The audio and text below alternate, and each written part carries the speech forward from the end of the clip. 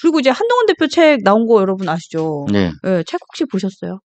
전 절반 조금 넘게 봤네요. 아, 그러면 지금. 뒤쪽에 네. 뒤쪽에 우리 회계사님 얘기 있는 거 보셨어요?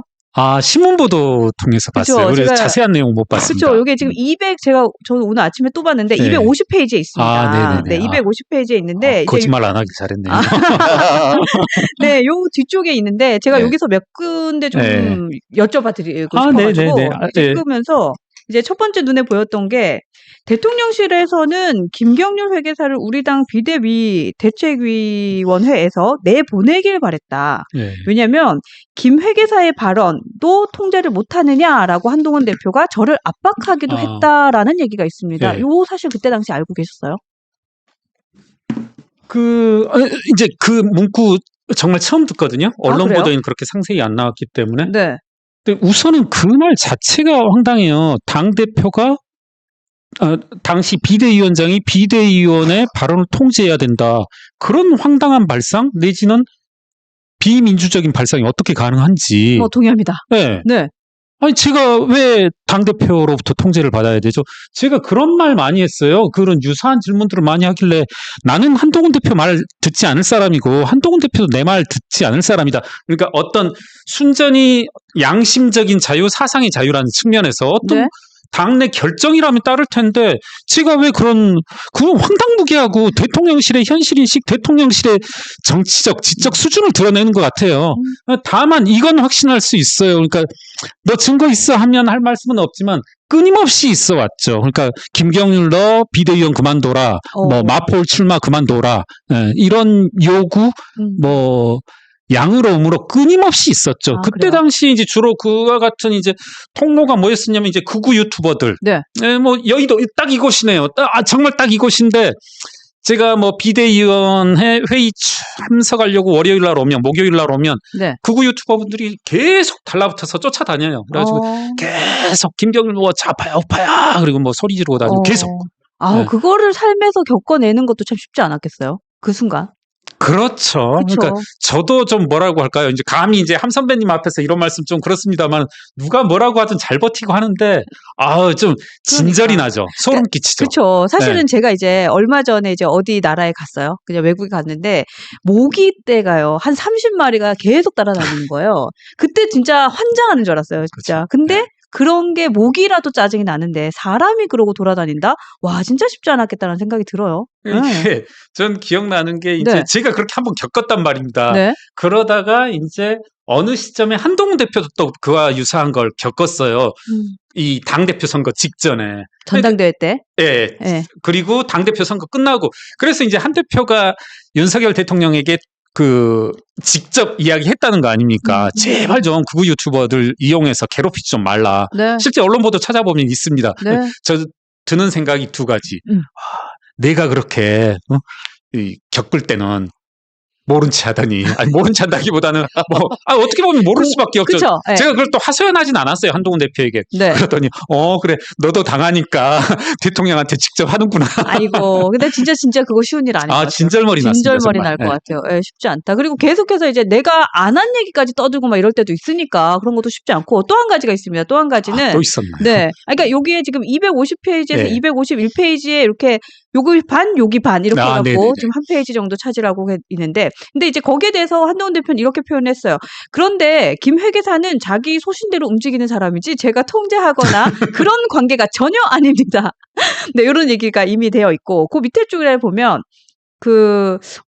금융감독원장 후보로 고려했을 만큼 대통령이 인정한 사람이죠. 일각에서 말하듯 제가 김 회계사를 금감원장 후보로 추천한 적은 없습니다. 그러니까 오히려 윤석열 대통령이 금융감독원장 후보로 고려를 했을 만큼 좀 인정했던 사람이다. 이런 내용인데 이거 알고 계셨어요? 제가 다른 곳에서 좀 몇 차례 암시적으로 말씀을 드렸는데 네. 금감원장 자리뿐만 아니라 그때 당시 제가 맡고 있던 자리가 몇 개 더 있었거든요.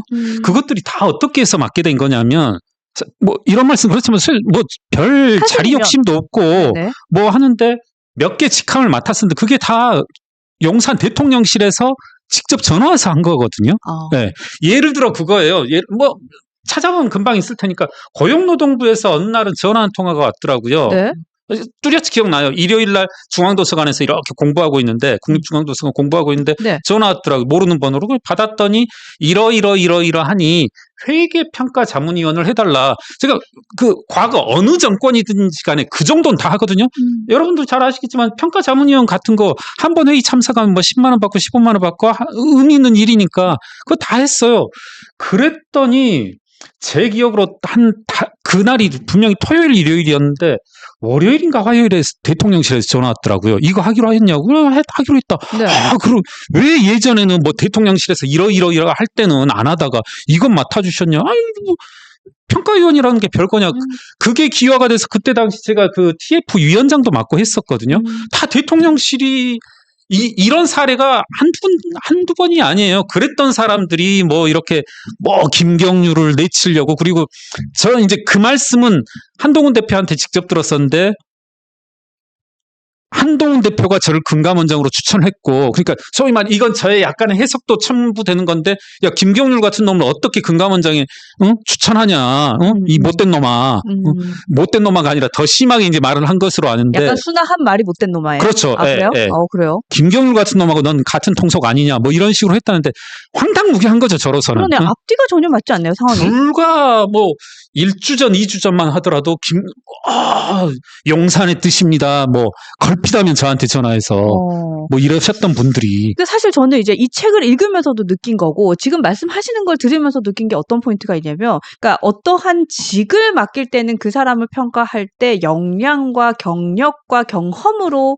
판단해서 맡기는 거잖아요.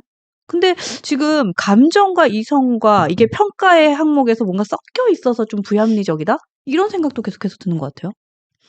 네, 아니 그래서 저는 이제 너무 감정적인 것 같아요. 대단히 황당했던 게 그러니까 뭐 무슨 국가에서 맡은 직함들 있잖아요. 네. 그런 것들 한겨레 같은 데가 또 끄집어내더라고요. 제가 이제 그거 맨 처음에는 과자뉴스라는 곳에서 차마 실명은 말 못하고 네네.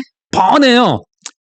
이건 어느 정도 추측이지만 찌라시 과자뉴스를 또 한겨레가 받아서 김경률 뭐 업무상 충돌 개뿔은 업무상 충돌 없거든요. 네. 지금 전문 용어 나왔어요. 개뿔. 네. 그런 식으로 하면서 나 애초부터 할 생각이 없었으니까 다 그때 그만뒀었어요. 그런 식으로 좀 비열하고 저급하게 공격을 해왔었죠. 그러니까 사실 뭔가 그렇게 해버리면 그러니까 가만히 있는데 뭐 이렇게 직을 붙였다가 또 뭘 한다 안 한다 했던 것도 가만히 있는 사람한테 이렇게 흔들어 놓고서 뭔가 좀 우스운 꼴을 만들려고 했나라는 생각이 그러니까 들어요. 비슷하게 저는 한동훈 대표에게도 비슷한 게 이래놓고 이제 한동훈 대표가 배신했다. 사실 명확한 선후 관계를 따지자면 대통령실이 한동훈 대표를 어마어마하게 괴롭혔잖아요. 그건 사실이죠. 어떤 배신이다, 신뢰관계를 배신했다라고 하는 것은 누군가를 A가 B를 신뢰했을 때 그 신뢰를 뒤엎는 것을 이제 배신이라고 하는데 이러면 누가 누구를 배신했냐는 거죠. 말도 안 되는 그 배신 프레임이라든가. 말도 안 되는 얘기하면서. 네. 그런데 굉장히 많이 배려를 받았나 봐. 왜요? 용산에서 계속 어디 자리 맡아달라고 부탁하고. 약간, 한 번도 없었어요. 약간 부러운데요, 지금 위원장님은.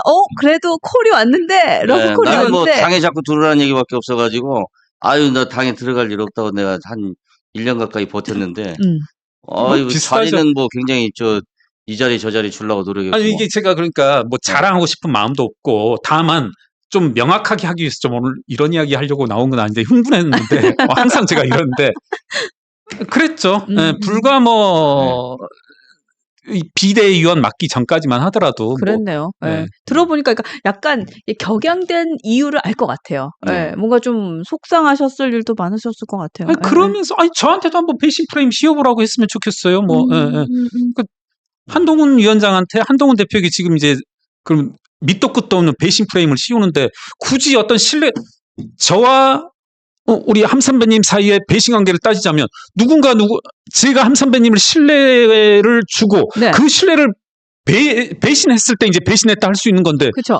자, 그러면 윤석열과 한동훈 광고에서 누가 누구를 신뢰했냐? 둘 다 처음에는 신뢰했던 것 같아요, 서로. 그 다음에 누가 먼저 배신했냐고 하는 거죠. 네. 저는 명확히 저 사실관계 하나하나 다 포착할 수 있거든요. 네네. 윤석열이 먼저 한동훈을 배신한 거죠. 굳이 배신한 관계를 따지자고 한다라면. 신뢰관계를 깬 건 그쪽이 먼저니까. 그렇죠. 저 다 이야기할 수 있어요. 네. 그런 관점에서 보면 그건 맞는 것 같아요. 그렇죠? 네. 그렇죠. 먼저 신뢰관계를 깬 쪽이 배신했다라는 측면에서 본다면 누가 진짜 배신자냐. 예. 그리고 개인과 개인의 어떤 배신이다, 뭐 이런 신뢰관계를 언급할 필요가 없다라는 공적 관계, 공적 공간 내에서 네. 전 그 부분도 동의하거든요. 그런 의미에서도 저도 이 자리에서 한동훈이 윤석열을 배신했다, 윤석열이 한동훈을 배신했다. 그건 둘이 알아서 할 문제니까 공적 공간에서 얘기할 필요는 없다라는 생각을 해요. 그런데 그걸 뭐 가져와서 뭐 한동훈은 배신자다 어쩌다 말도 안 되는 그런 네. 어디 조폭들도 아니고. 그러니까 뭔가 정치 지금 좀 웃으셨어요. 열받아서. 지금 위원장님 터졌어요. 터졌어. 당과 관련돼서 뭐 이렇게 네. 입을 막아야 된다. 이런 건 말이 안 되는 게 원래 좀 당은 좀 시끄러워야 돼요. 그럼요. 예, 어떤 결정, 표결에 앞서 가지고 우리가 이렇게 표결을 하자. 이렇게 행동 통일을 하는 것을 동의하냐? 동의한다. 그러면 이제 그게 당론으로 되는데 그러기 네. 전까지는 왜냐면은 다양한 국민들의 이 요구나 이런 것들을 대신 전달하는 통로잖아요, 이게.